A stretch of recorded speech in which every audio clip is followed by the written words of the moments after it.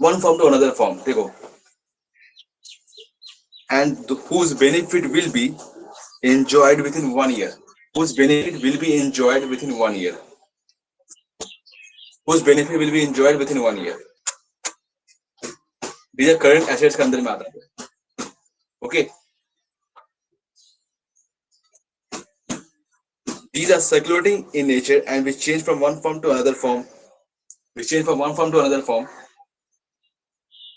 and whose benefit will be enjoyed. Whose benefit will be enjoyed within the year. Within the year. Year खत्म होते होते उस benefit, सब benefit enjoy हो जाएगा. ईयर खत्म होते होते जितना भी बेनिफिट है वो सब बेनिफिट एंजॉय हो जाएगा. Nothing should be left. किसका है? करंट एसेट्स का है. Current assets. दैट्स व्हाई हम लोग करंट एसेट्स कहते हैं, नॉन करंट एसेट्स नहीं कहते हैं. नॉन करंट एसेट्स कहने से मोर देन 1 ईयर उसका यूज होगा तभी वो नॉन करंट एसेट्स कहलाएगा. अगर मोर देन 1 ईयर नहीं यूज होता है तो वो नॉन करंट एसेट्स नहीं कहलाएगा, वो फिर करंट एसेट्स कहलाएगा. करंट एसेट्स के अंदर में जो जो आएगा वो सब उसी साल के अंदर में उसको यूटिलाइज हो जाना पड़ेगा. उसी साल के अंदर में उसको यूटिलाइज हो जाना पड़ेगा तभी वो नॉन करंट एसेट्स कहलाएगा, सॉरी करंट एसेट्स कहलाएगा.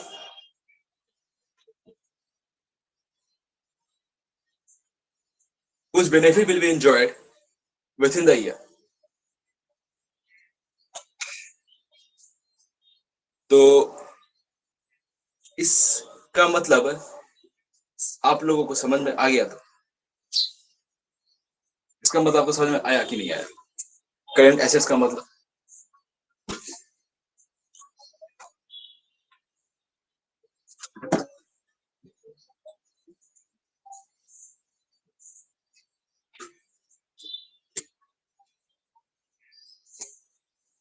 फॉर एग्जाम्पल लिख लो. For example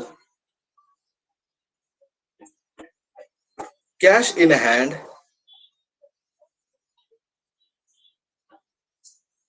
for example cash in hand, cash at bank, comma देके लिखना. Cash in hand, cash at bank, comma stock of goods. Stock of goods. Stock of goods.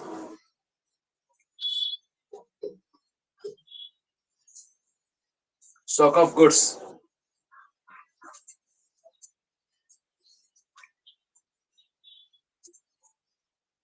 Etcetera. Complete.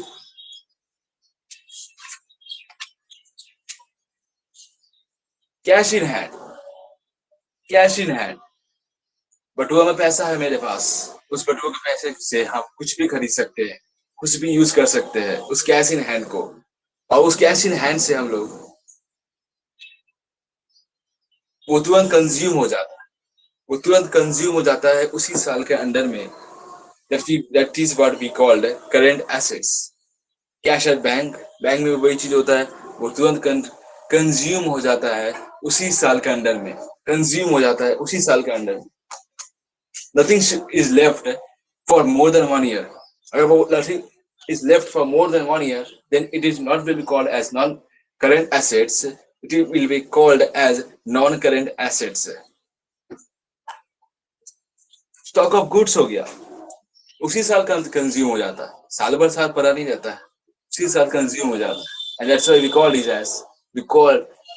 as current assets. We call it as current assets. Done तो.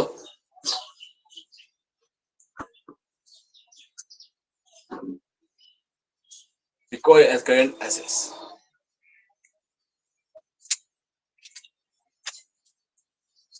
Third point लिखो. Third point Roman 3 देके लिखो. Roman 3 देके लिखो. Roman 3. Roman 3 देके लिखो. Roman 3. fictitious assets. fictitious assets. FIC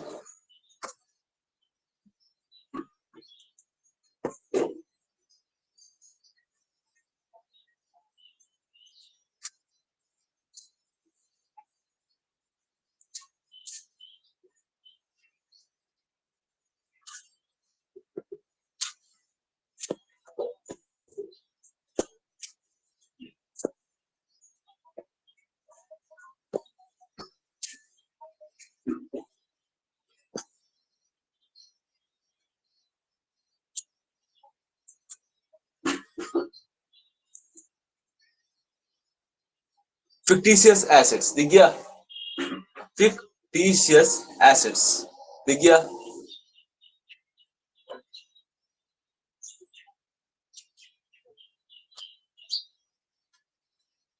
fictitious assets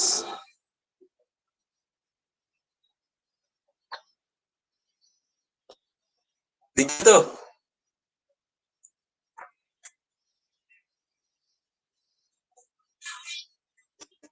fictitious assets दिख गया।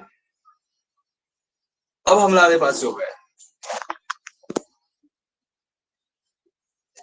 fictitious assets के बाद अंडरलाइन कर दो, उसको अंडरलाइन कर दो, डैश दो, अंडरलाइन करके डैश दो, अंडरलाइन करके डैश दो, अंडरलाइन करके डैश दो। These are non-real assets. These are non-real assets. These are non-real assets. Non-real assets. Having no market value. These are non-real assets having no market value. Having no market. M-A-R-K-E-T. Market. Market value. Having no market value. And so not sellable. Having no market value. कोई value नहीं है, so not saleable, उसको कोई cell भी नहीं कर सकते हम लोग। Full stop.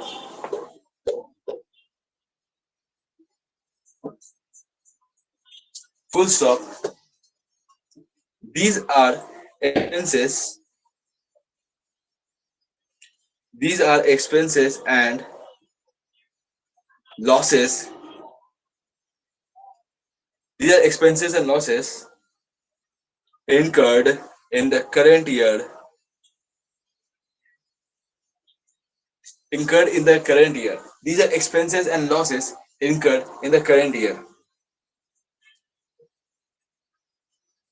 And not and show not saleable. Incurred and not. So So not expenses and saleable. losses. Incurred in the current year.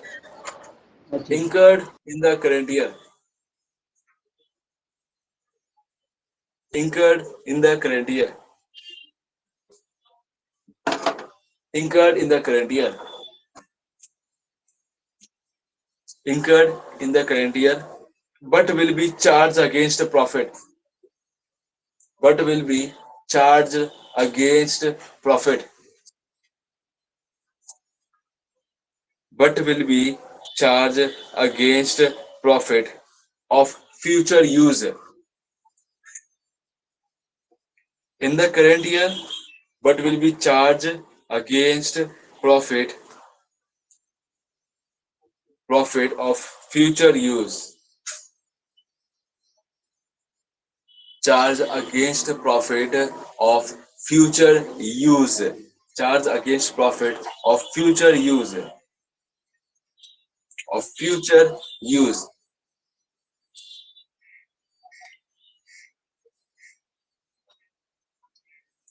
Of future use. देखो, इस डेफिनेशन से ही बहुत कुछ समझ में आने का चाहिए। पहला लाइन में ये बोल रहा है कि the non real assets, non real assets, non intangible assets are real assets. भले ही हम लोग उसको छू नहीं सकते, उसको महसूस नहीं कर सकते, बट उसका वैल्यू होता है और वो रियल भी होता है, और वो रियल भी होता है। बट यहां जो बोल रहा है fictitious assets, these are non real assets.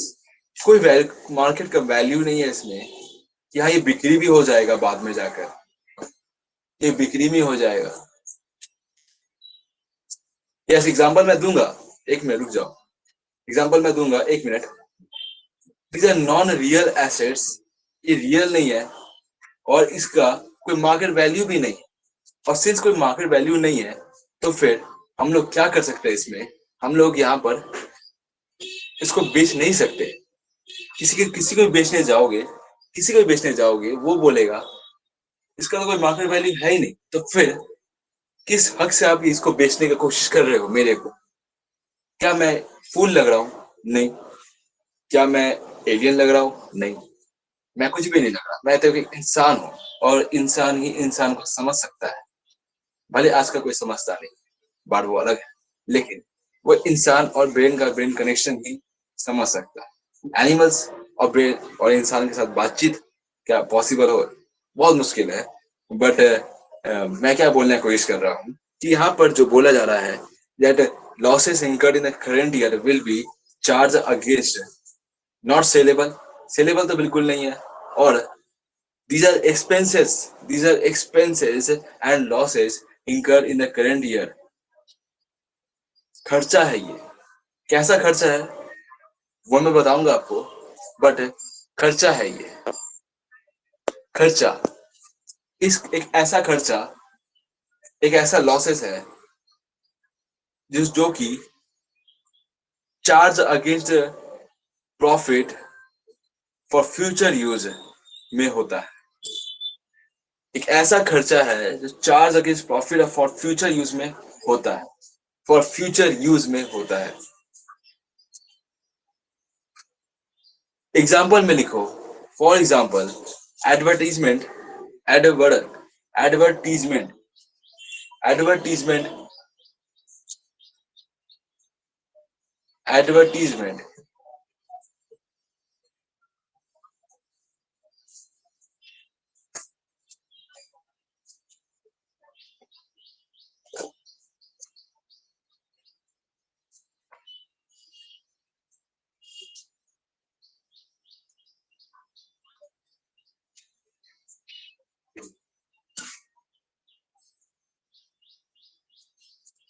Advertisement, can you see it?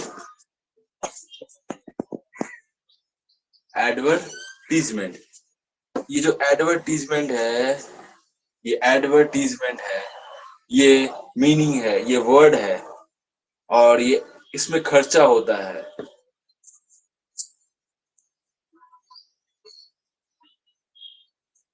और ये वर्ड है और इसमें खर्चा होता है। ये वर्ड है, इसमें खर्चा होता है। ये वर्ड इसमें खर्चा होता है, इसका मतलब ये नहीं है कि वर्ड पर खर्चा होता है, ये एक एक्सपेंस है। टीवी में कमर्शियल्स आता है, टीवी में कमर्शियल्स आता है कि नहीं आता है? एड कमर्शियल्स आता है, एड कमर्शियल्स आता है। पेप्सी, पेप्सी वाला ऐड करता है, थम्स अप ऐड करता है, और किससे ऐड करवाता है? बड़ा बड़ा फिल्म स्टार से ऐड करवाता है, सुपरस्टार से ऐड करवाता है। बट वो सुपरस्टार्स फ्री में ऐड नहीं करता है, वो सुपरस्टार्स पैसा लेता है। हाँ, आपने बिल्कुल सही समझा, पैसा तो लेता ही है, कोई भी फ्री में काम नहीं करता है। उस पैसा में बहुत सारा, बहुत हेवी कॉस्ट लगता है, करोड़ों करोड़ों रुपया उन लोग को देना पड़ता है एक एडवर्टाइजमेंट करने के लिए। और उस एक एडवर्टाइजमेंट करने के बाद उस पर जो खर्चा होता है, उस खर्चा को उन लोग एडवर्टाइजमेंट कॉस्ट बनाकर अपना accounts, books of the accounts में एंट्री करता है। आखिर ये भी तो खर्चा है ना। लेकिन क्या ये खर्चा ये एसेट ही है? क्यों एसेट है, क्यों पता है? इस खर्चे से मेरा गुड्स को प्रमोशन मिलेगा, मेरा गुड्स लोगों तक पहुंच पाएगा, और जब गुड्स लोगों तक पहुंच पाएगा, जैसे ये पेन है, इस पेन में टीवी पे एडवर्टाइजमेंट कर सकता है ना। उसका एडवर्टाइजमेंट को हम लोग दिखाएगा, देखो ये ऐसा पेन, ये खुलता है, और इस पेन के थ्रू हम लोग देख सकते हैं कि हम लोग इसको लिख सकते हैं, और इस पेन का इंक कभी खत्म नहीं होता है। ऐसा भी बोल सकता है बहुत सारे केसेस में, बट ऐसा होता नहीं है। ये अलग अलग तरीके से एडवर्टाइजमेंट करने का तरीका होता है उन लोग का। और ये सब क्या है?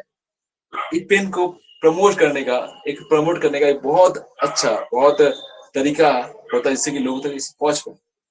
बड़ा बड़ा बैनर्स लगा देगा, और इंटरनेट में तो भरपूर है, कोई भी सोशल मीडिया में चले जाइए, आपको एडवर्टाइजमेंट भरपूर दिखेगा।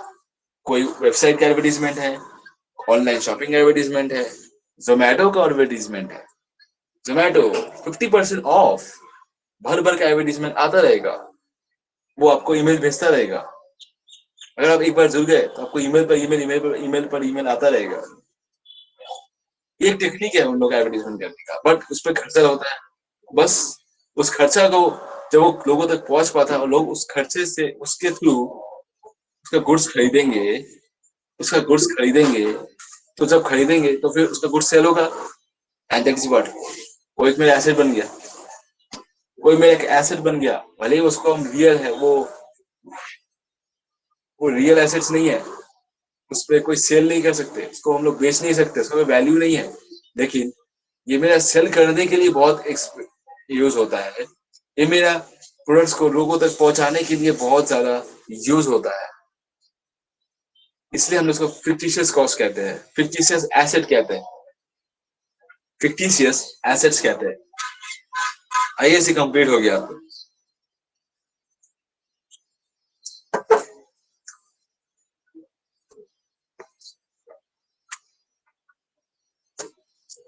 कंप्लीट हो गया, हुआ, कंप्लीट हो गया। अब 7th पॉइंट में आ जाइए। 7th पॉइंट हम लोगों ने लिखा इवेंट, ट्रांजैक्शन, हम लोगों ने लिखा अकाउंट्स, अकाउंट, हम लोगों ने लिखा capital, drawings, asset. 6th point तक एसेट लिखा, एसेट का सारा डेफिनेशन लिखा, non current assets, current assets, non current में टेंजिबल, इंटेंजिबल, टेंजिबल एसेट्स देख सकते हैं, महसूस कर सकते हैं, एक साथ ज्यादा यूज होता है, नॉन करेंट एसेट्स के अंदर में आता है सब। इंटेंजिबल एसेट्स, ट्रेडमार्क, गुडविल, एक साथ ज्यादा यूज होता है। Current assets, current assets, current assets जैसे हमने बोला आपको कि ये कहां पर यूज होता है, गुड्स को यूज करने में, गुड्स को इस्तेमाल करने में, उसको एक ही साल के अंदर में कंज्यूम कर लेने में करंट एसेट्स का भूमिका, रोल बहुत इंपॉर्टेंट होता है। तो क्या ये तो आपको समझ में आ गया, ये हो गया 6 पॉइंट तक का। 6 पॉइंट उसी एसेट में जो थर्ड रोमन देके हम लोग लिखे थे, थर्ड रोमन देके लिखे थे, fictitious assets, fictitious assets third Roman देके लिखे थे। और उस थर्ड रोमन के बाद हम लोगों ने लिखा, हम लोगों ने लिखने वाला हूं 7th point, that is liabilities, liabilities. 7th point liabilities, 7th point liabilities, 7th point liabilities,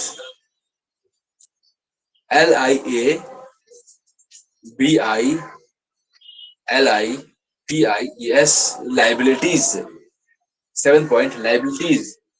underline दे दो, अंडरलाइन दे दो और फिर लिखो डैश देकर, अंडरलाइन दे दो फिर लिखो डैश देकर।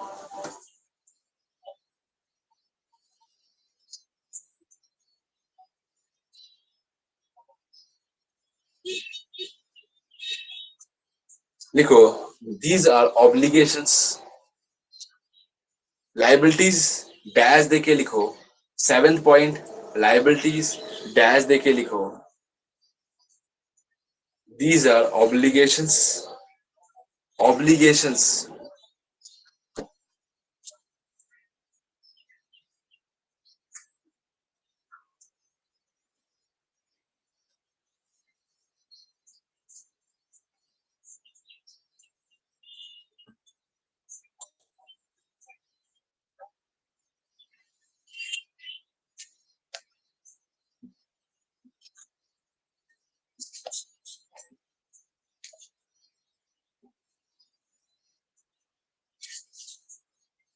obligations, obligations, these are obligations of the business, of the business, these are obligations, obligations of the business। और इसी obligations के through of the business against which these are obligations of the business against which these are obligations of the business obligation of the business against which business has acquired. These are obligations of the business against which business has acquired some benefits. These are obligations of the business against which business acquired some benefits. Some benefits in the form of cash, goods, in the form of cash, goods, assets or services, assets or services,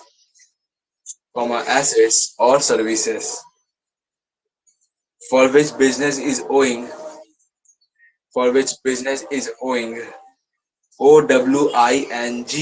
OWING,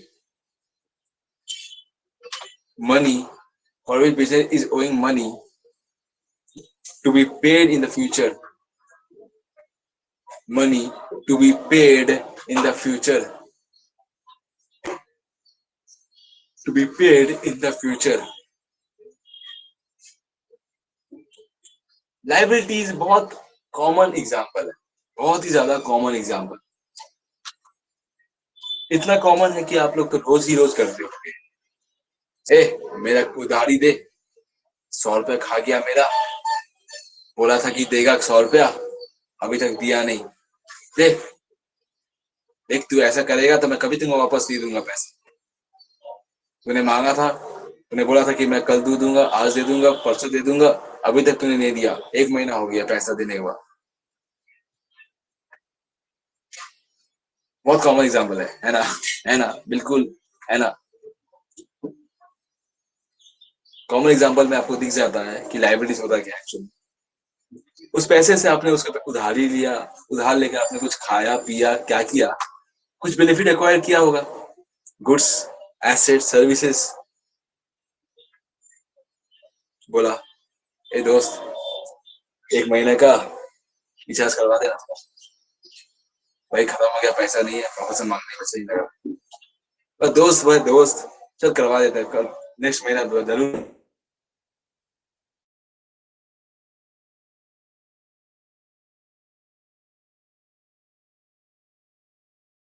obligation उसके ऊपर आ गया कि उसको पैसा वापस लौटाना है in the next month, in the coming month, owing money to that friend.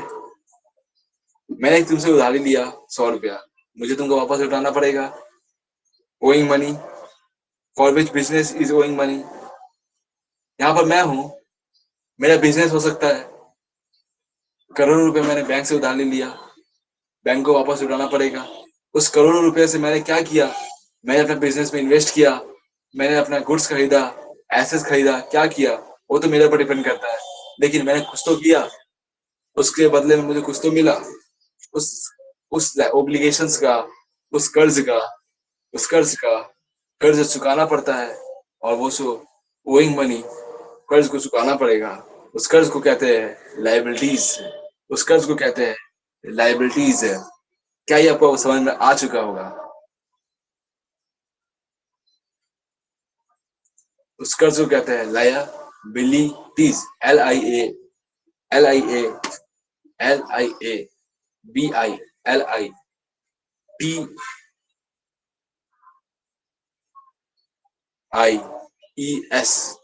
LIABILITIES, liabilities. Yes और नो, समझ में आ गया? काफी इजी था, कुछ दिक्कत नहीं है इसमें, बहुत कॉमन एग्जांपल है।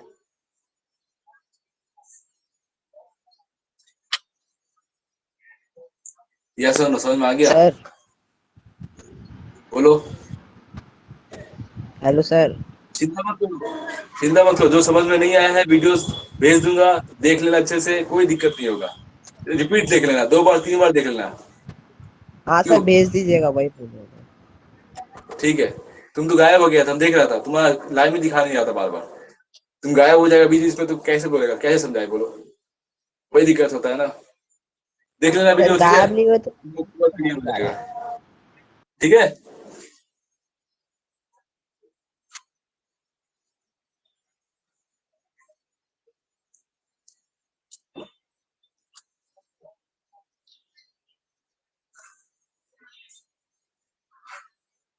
तो लाइबिलिटीज क्लियर हो गया। अब हमारे पास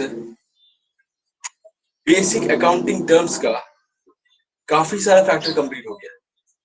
बट लाइबिलिटीज में ऐसे हमारा, जैसे हम लोगों ने एसेट्स को क्लासिफाई किया था, non current assets, non current assets, non current assets, current assets, non current में टेंजिबल एसेट्स, इंटेंजिबल एसेट्स किया था ना।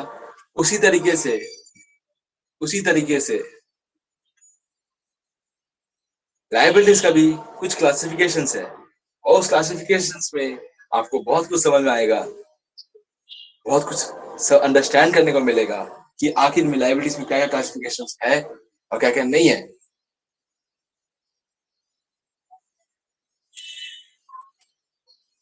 रोमन 1 क्लासिफिकेशन लिखो, क्लासिफिकेशन ऑफ लाइबिलिटीज, अंडरलाइन दो, हेडिंग दो, क्लासिफिकेशन ऑफ लाइबिलिटीज, अंडरलाइन दो, हेडिंग देकर नीचे आ जाओ, रोमन 1 देके लिखो, internal liabilities.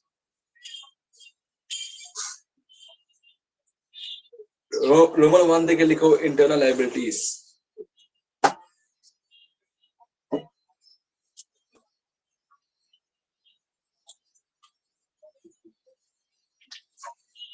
Internal liabilities, Roman 1 देके लिखो, internal liabilities, internal liabilities.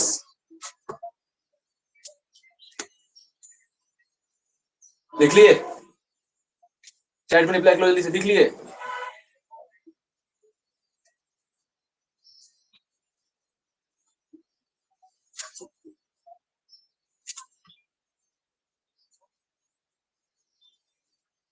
Internal, INTERNAL,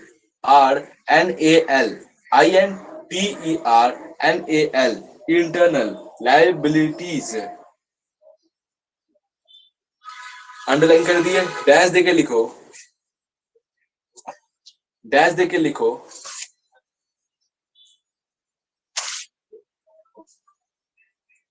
liabilities,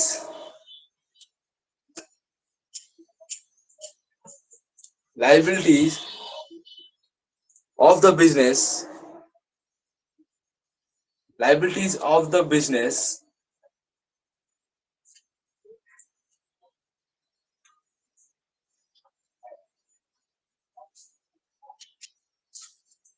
liabilities of the business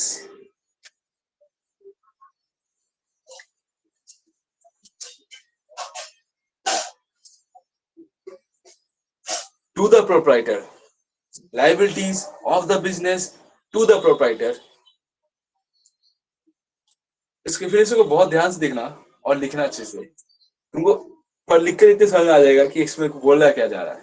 liabilities of the business to the proprietor, to the owner, to the proprietor. Proprietor का spelling बताए थे, PROPRIETOR, proprietor, proprietor. Against his capital contribution, against his capital contribution, against his capital contribution, against his capital contributions,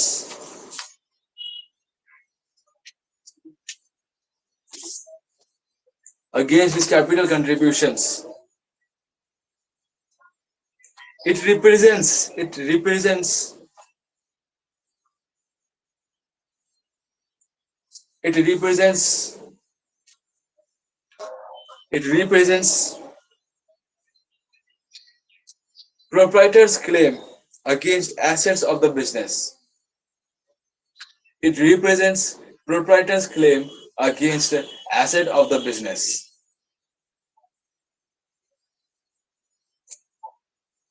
Proprietor's claim against asset of the business. Proprietor's claim against asset of the business. Against asset of the business.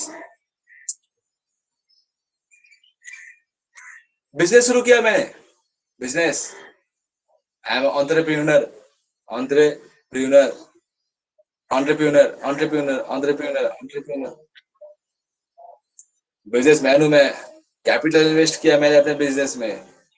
उस capital से मैंने asset खरीदा है, goods खरीदा है, कुछ तो खरीदा होगा और कुछ रख दिया है. फिर बिजनेस स्टार्ट करूंगा मैं, सेल करूंगा. किस प्रोडक्ट के ऊपर, किसके ऊपर बिजनेस मैंने शुरू किया है, कौन सा चीज के ऊपर बिजनेस मैंने शुरू किया है, किस चीज के ऊपर बिजनेस मैंने शुरू किया है, उसको बेचने के लिए मैंने अपना बिजनेस को स्टार्ट किया है. और जब कैपिटल मैंने इन्वेस्ट करता हूं तो वो बिजनेस जो होता है उसका एक लायबिलिटी बन जाता है कि वो मुझे उसका जो एसेट्स है, जिस पे एसेट्स मैंने खरीदा है उस कैपिटल से, उस एसेट्स के ऊपर मेरा क्लेम आ जाता है. Because that capital is of mine, and when I am investing that capital to the business, I am investing the capital to the business. इसको ऊपर मेरा क्लेम आ जाता है. मैंने इस एसेट के ऊपर पैसा खर्च किया, अपना बिजनेस को स्टार्ट किया, मशीनरी लाया, उस हर एक एसेट के ऊपर मेरा एक क्लेम है कि ये मेरा बिजनेस में मेरा इन्वेस्टमेंट किया हुआ एसेट्स है. और बिजनेस जो है वो लायबल है और उससे मुझे क्लेम मिलेगा. क्या क्लेम मिलेगा? इस एसेट्स का क्लेम मिलेगा. देखो वही लिखा है, liability of the business to the proprietor against his capital contribution. उस कैपिटल जो कंट्रीब्यूट किया उसने, उसका ऊपर उसको क्लेम मिलेगा. और ये क्या रिप्रेजेंट करता है? Proprietors claim against assets of the business. Against assets of the business. Against asset of the business. Asset of the business. और यही चीज कंट्रीब्यूट करके इंटरनल लायबिलिटी कहलाता.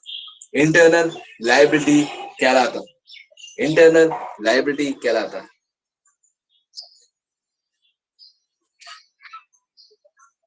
इंटरनल लायबिलिटी कहलाता है. सेकंड पॉइंट देखो, कंप्लीट हो गया होगा ये? बिल्कुल, कुछ दिक्कत तो होगा नहीं. मैंने जितना अच्छा से एक्सप्लेन किया, कोई दिक्कत नहीं होना चाहिए. रोमन 2 देके लिखो external liability. External liability. Roman 2 देके लिखो external liabilities.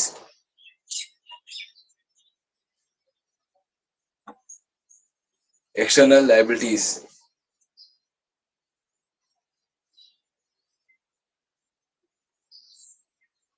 External liabilities. EXTERNAL external liabilities. Dash देके लिखो, अंडरलाइन कर दो, डैश देके लिखो, क्योंकि क्लासिफिकेशन ऑफ लायबिलिटीज चल रहा है. क्लासिफिकेशन ऑफ लायबिलिटीज चल रहा है तो फिर हम लोग इंटरनल लायबिलिटी तो करवा दिए, बट अब जो है ये है एक्सटर्नल लायबिलिटी. क्या है ये एक्सटर्नल लायबिलिटी? और इस एक्सटर्नल लायबिलिटी के अंदर में लिखो liability of the business.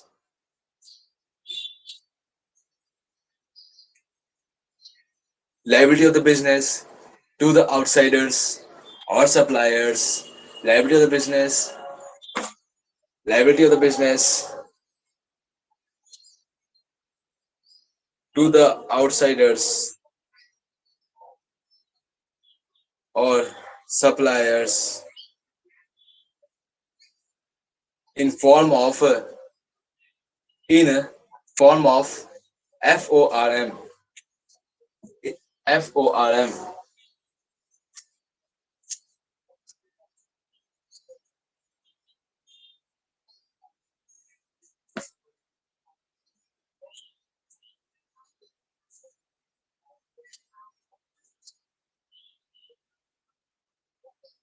FO form of credit transactions. Transactions credit transactions and loan taken and loan taken. मैंने लोन लिया, मैंने कर्ज लिया, मैंने उधारी लिया, उसके बदले में मुझे पैसा पेमेंट करना है, उसका लायबिलिटी क्या है, उसको पैसा पेमेंट करना है, उसको पैसा पेमेंट करना है. Can you see this? Form of credit transactions and loan taken. Form of credit transactions and loan taken. Can you see this? ये क्या है मेरा? External liabilities. External liabilities. External liabilities. I guess complete हो गया क्या? Loan लिया, bank से loan उधारी लिया. अब बैंक से लोन उधारी लेगा तो उसको वापस तो पैसा करना पड़ेगा. वापस तो पैसा करना पड़ेगा. विजय माल्या नहीं बन सकते. उन लोग तो बहुत ऊपर होता है. पैसा चोरी करके भाग भी जाए तो भी कुछ नहीं कर पाता है. लेकिन हमारे लिए तो ये नहीं होगा. हम तो है आम इंसान. हम तो है आम इंसान. सर फॉर्म ऑफ क्रेडिट के बाद क्या था सर? फॉर्म ऑफ क्रेडिट अभी स्क्रीन में दिखाई नहीं दिख पाया. Form of credit transactions transaction and loan taken. Form of credit transactions and loan taken. And loan taken. Form of हाँ credit sir. transactions and loan taken. Sir समझ में आ गया. कर्ज उधारी लेंगे तो वापस तो करना पड़ेगा. गुड्स खरीदेंगे उधारी में तो उसको पैसा तो देना पड़ेगा. क्लियर हो गया जिलाबाद? क्लियर हो गया होगा.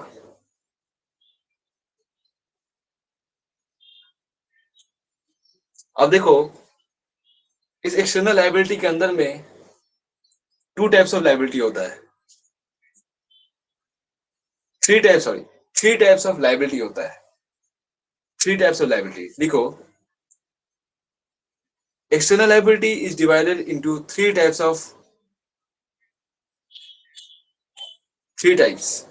External liability is divided into three types.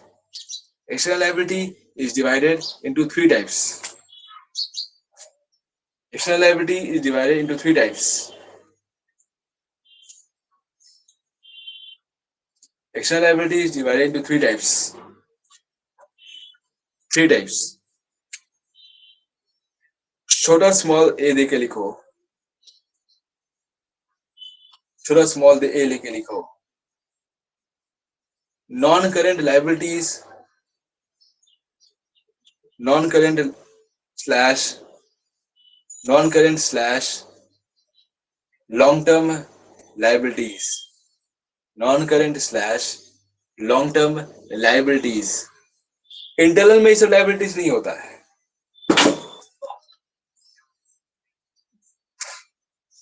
Internal में सब लायबिलिटीज नहीं होता है. इंटरनल में सब लायबिलिटीज नहीं होता है.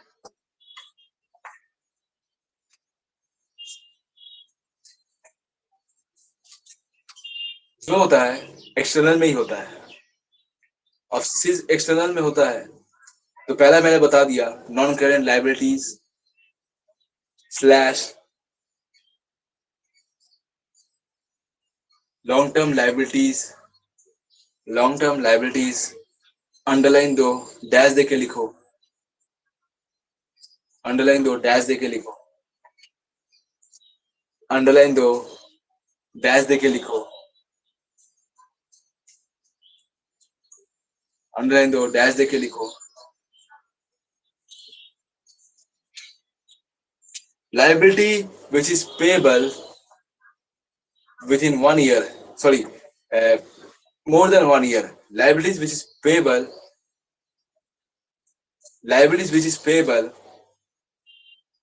after 1 year or more than 1 year. Liabilities which is payable after 1 year or more than 1 year are called external liabilities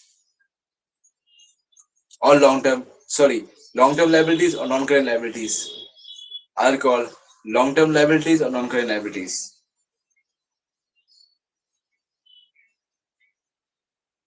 Liabilities which is payable, liabilities which is payable after 1 year are called long-term liabilities or non-current liabilities. Done. Long-term liabilities or non-current liabilities. Example, loan taken. बहुत easy example, loan taken. और इससे ज्यादा कोई example जैसा हो ही नहीं सकता. Loan taken, loan लिया है 10 साल 5 साल के लिए, उसके बाद वापस लौटाना पड़ेगा, किस्तों में लौटाना पड़ेगा. कोई भी होम अप्लायंसेस लेते हैं हम लोग, कभी कभार 2 साल का रीपेमेंट होता है, तो लोन कितना दे दिया हम लोगों को 2 साल तक के लिए, तो लॉन्ग टर्म हो गया. हुआ कि नहीं हुआ? जीरो डाउन पेमेंट ले जाइए, easy EMI, zero down payment, easy EMI, equated monthly installments, equated monthly installments, EMI. बहुत आसान किस्तों में आप अपने पैसे को रिपे कर सकते हैं और उस रिपे के बाद आप आराम से जिंदगी जी सकते हैं. Loan non current liability clear हो गया होगा,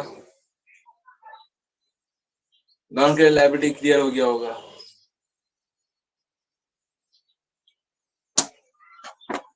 नॉन करेंट लायबिलिटी क्लियर हो गया होगा.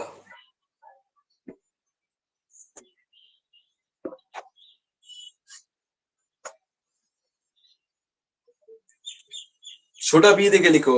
Next point, next paragraph. छोटा बी देके लिखो, छोटा बी देके लिखो. Current liability, current liability, current liability. छोटा बी, स्मॉल बी, छोटा b. Current liability,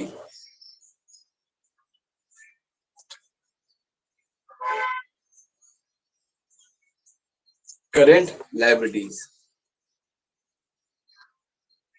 small b, छोटा बी. डैश देकर लिखो, अंडरलाइन कर दो, डैश देकर लिखो. Liability which is payable within 1 year is called current liability. हो गया.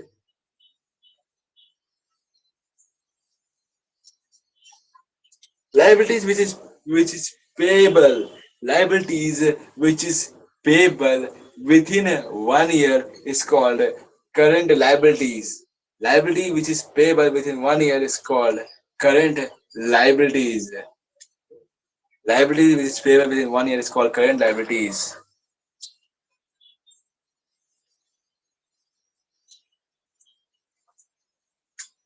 Current liabilities. ब्रैकेट में लिख लो, ब्रैकेट में, ब्रैकेट दे दो. देखो, short period of time, short period of time, short period of time.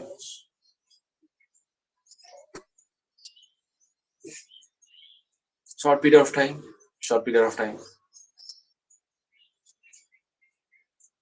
For example, for example,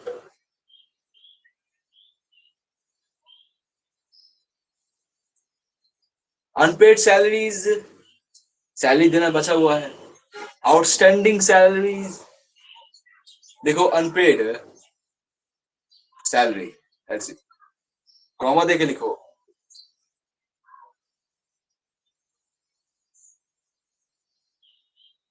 comma देके लिखो. अमाउंट ड्यू टू क्रेडिटर्स और suppliers, amount due to creditors और suppliers, amount due to creditors or suppliers,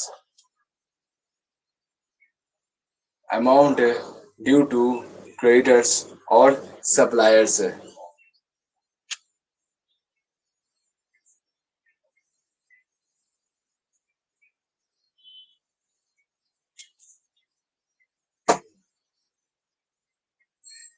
Amount due to creditors or suppliers.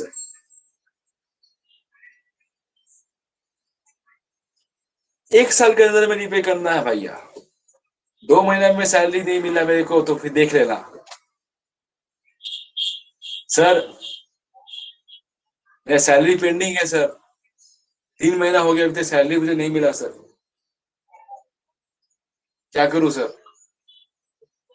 ऐसा हो पाएगा क्या? नहीं, कभी नहीं हो पाएगा। आप सर्विस दे रहे हो, आप काम कर रहे हो, और आपका ये हक बनता है कि आपको सैलरी टाइम टू टाइम मिल जाना चाहिए, विद इन द ईयर। और मैं ज्यादा ही बोल दिया, 1 महीने के अंदर में मिल जाना चाहिए। मैंने 1 महीना काम किया, मुझे 1 महीने का सैलरी मुझे मिल जाना चाहिए। मैंने 1 महीना काम किया, मुझे 1 महीने सैलरी मुझे मिल जाना चाहिए।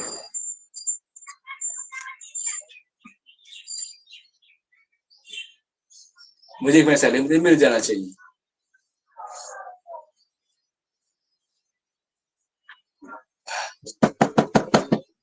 तो ये 1 महीने सैलरी मुझे इतनी ईयर मिलना चाहिए।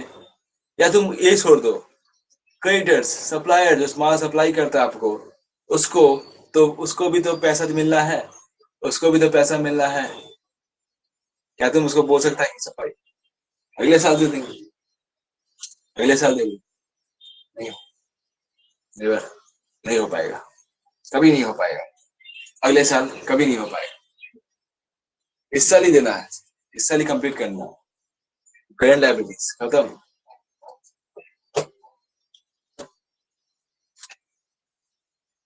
करेंट लायबिलिटीज,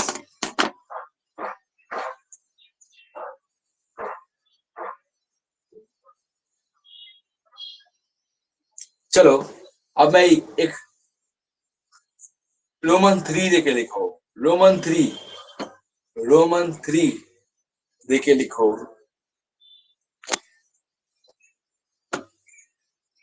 रोमन 3 देके लिखो।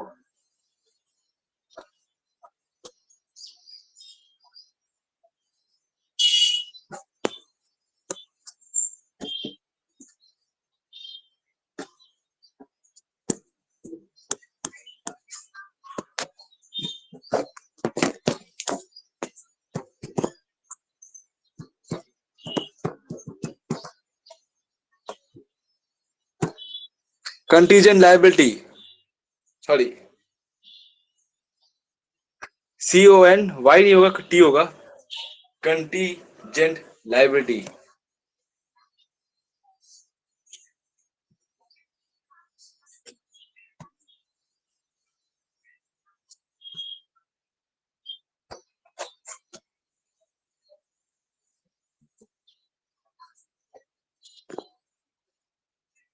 Contingent liability.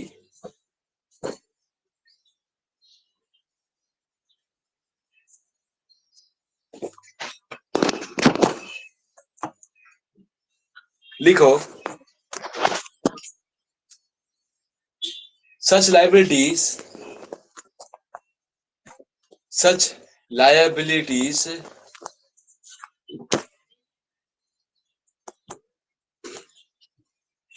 such liabilities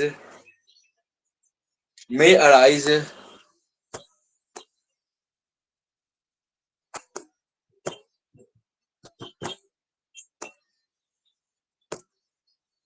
may arise on happening, happening बोला था मैंने, और non happening, such liabilities may arise on happening or non happening,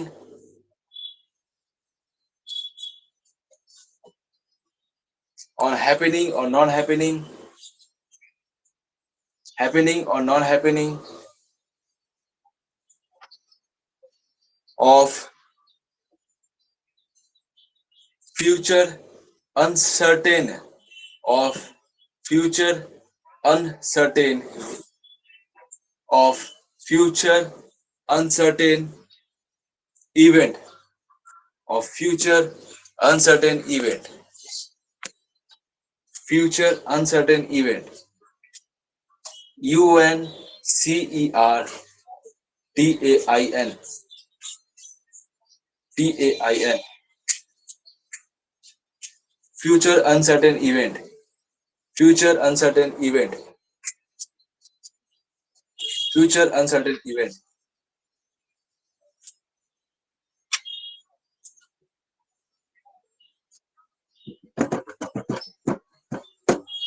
future uncertain event.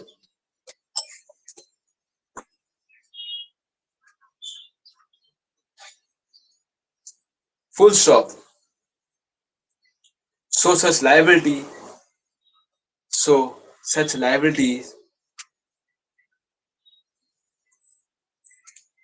may or may not be payable. So such liability may or may not be payable. So such liability may or may not be payable. So such liabilities are may or may not be payable. In future may or may not be payable in future. Full stop. So such liability may or may not be payable in future. Full stop.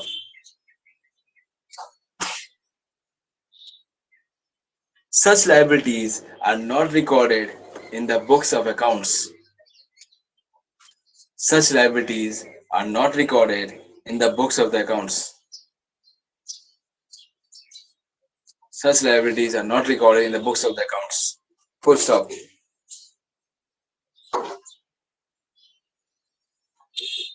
For example, compensation payable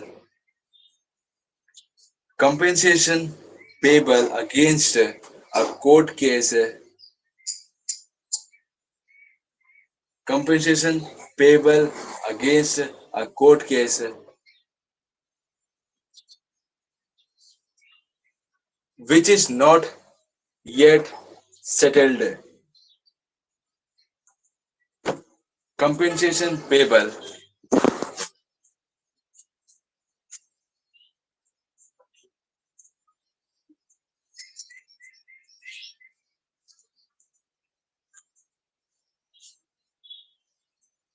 compensation payable against a court case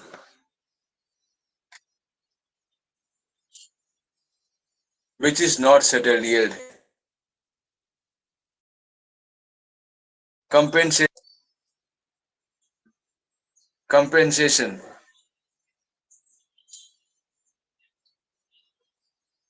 compensation payable against a court case which is not settled yet.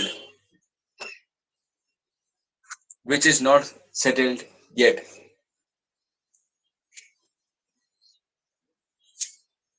Contingent liability का सारा पूरा definition लिख लिए तो chat में जल्दी से reply कर दो यस और नो.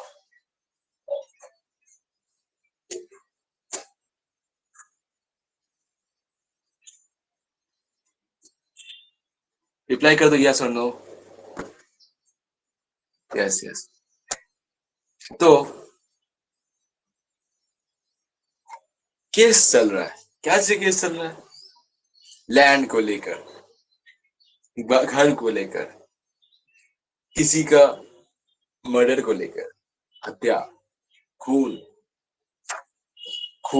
हत्या. किस पर केस लगा है? एक ऐसे इंसान पर जो कि अभी तक प्रूफ नहीं हुआ है कि वो ही हत्यारा है. बहुत कॉमन एग्जांपल है, फिल्मों में देखते होंगे.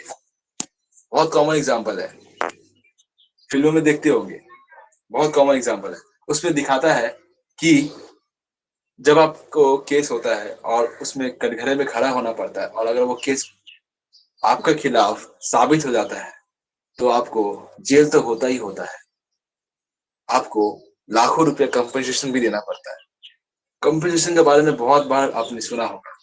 उस कंपनसेशन जो होता है वो तो हमारा एक कंपनसेशन अराइज होने का था, हो भी सकता था, नहीं भी हो सकता था. अगर मैं केस जीता था, अगर मैं केस विन हो जाता, अगर मैं लॉयर अच्छा होता तो मैं इस केस जीत जाता कि नहीं. तो फिर जीत जाता तो मेरे को कंपनसेशन देना पड़ता नहीं, मुझे जीत जाना पड़ता नहीं. तो फिर सिंस अगर मुझे कंपनसेशन देना नहीं पड़ता, मुझे जेल नहीं जाना पड़ता, तो ये कंटीजेंट लायबिलिटी कभी अराइज होता क्या? नहीं. तो ये लायबिलिटी कैसा अराइज है कि लायबिलिटी अनसर्टेन है. It can be arise, it may not be arise. It can be arise, it may not be arise. और सिंस ये कैन बी अराइज हो सकता है, कल को केस हम हार गए तो आइज हो गया, जीत गए तो नहीं हुआ, तो फिर इसी को कहते हैं कंटीजेंट लायबिलिटी।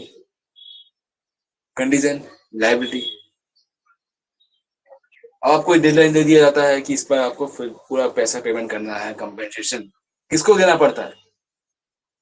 किसको देना पड़ता है? टू द विक्टिम, जो कि उस एक्टिविटी का से बैडली इफेक्ट हुआ है। उस विक्टिम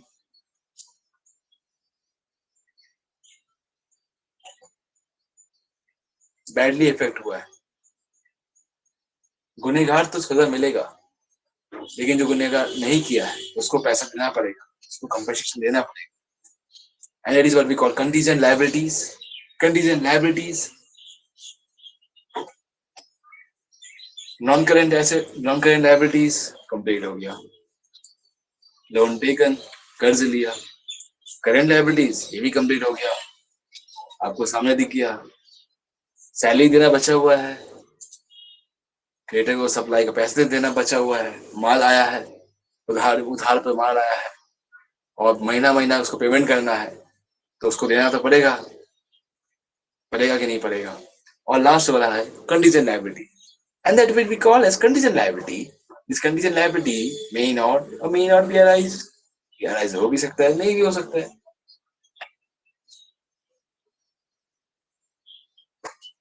क्लियर हो गया क्या सब कुछ?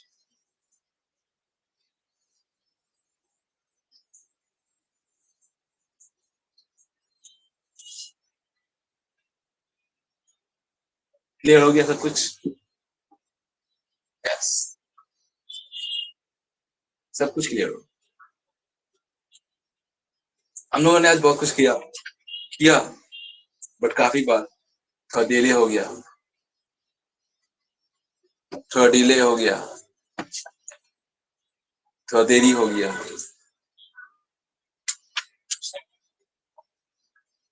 समीर का वेट करते करते देरी हो गया। समीर थोड़ा भूलना मत, याद रखना थोड़ा, 3 बजे तुम्हारा क्लास है। अगर भूल जाओगे ऐसे तो फिर दिक्कत हो जाएगा।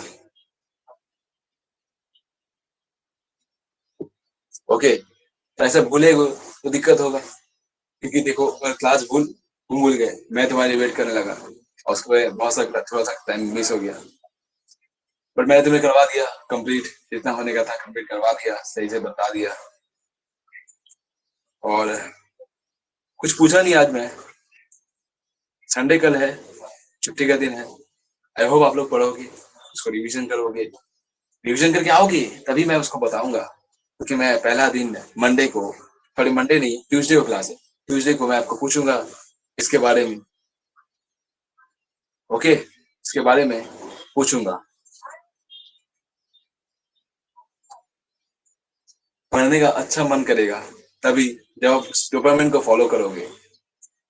अगर फॉलो कर ली अच्छे से तो हो जाएगा। विल पावर होना चाहिए जरूर, विल पावर के बिना कुछ भी पॉसिबल नहीं है। विल पावर के बिना कुछ भी पॉसिबल नहीं है।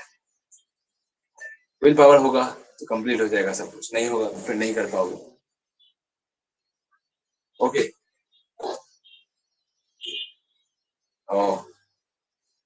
कंडीशन लायबिलिटी तक हम लोग आज रखते हैं अपना क्लास। नेक्स्ट दिन फिर मिलेंगे और पूछेंगे जरूर। कोई भी क्लास भूलना मत, ट्यूसडे को रिमाइंड कर लो, अलार्म लगा लो, जो करना कर लो। ओके, 3:10, 3 बजे या 3:10 में, इसके बीच में मैं क्लास स्टार्ट करूँ। ओके, टाइम का पंक्चुअल हूँ मैं, और उस पंक्चुअलिटी को आप देरी मत करना। ओके, ओम प्रकाश को बता देना, याद रखे क्लास। Bye bye.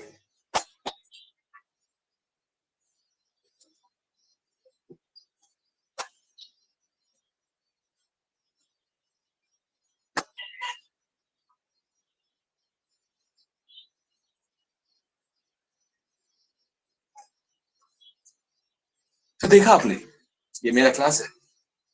बहुत कुछ बताया मैंने आज, बहुत कुछ एक्सप्लेन किया आज, और इस एक्सप्लेनेशन में ये एक छोटा सा लास्ट का वीडियो है। इस एक्सप्लेनेशन में मैंने आप लोगों को सब कुछ एक्सप्लेन कर दिया, और इस वीडियो को मैं शेयर कर दूंगा। और शेयर करने के बाद आप लोग देखना कि क्या आपको समझ में आया, क्या नहीं समझ में आया। Okay, bye bye.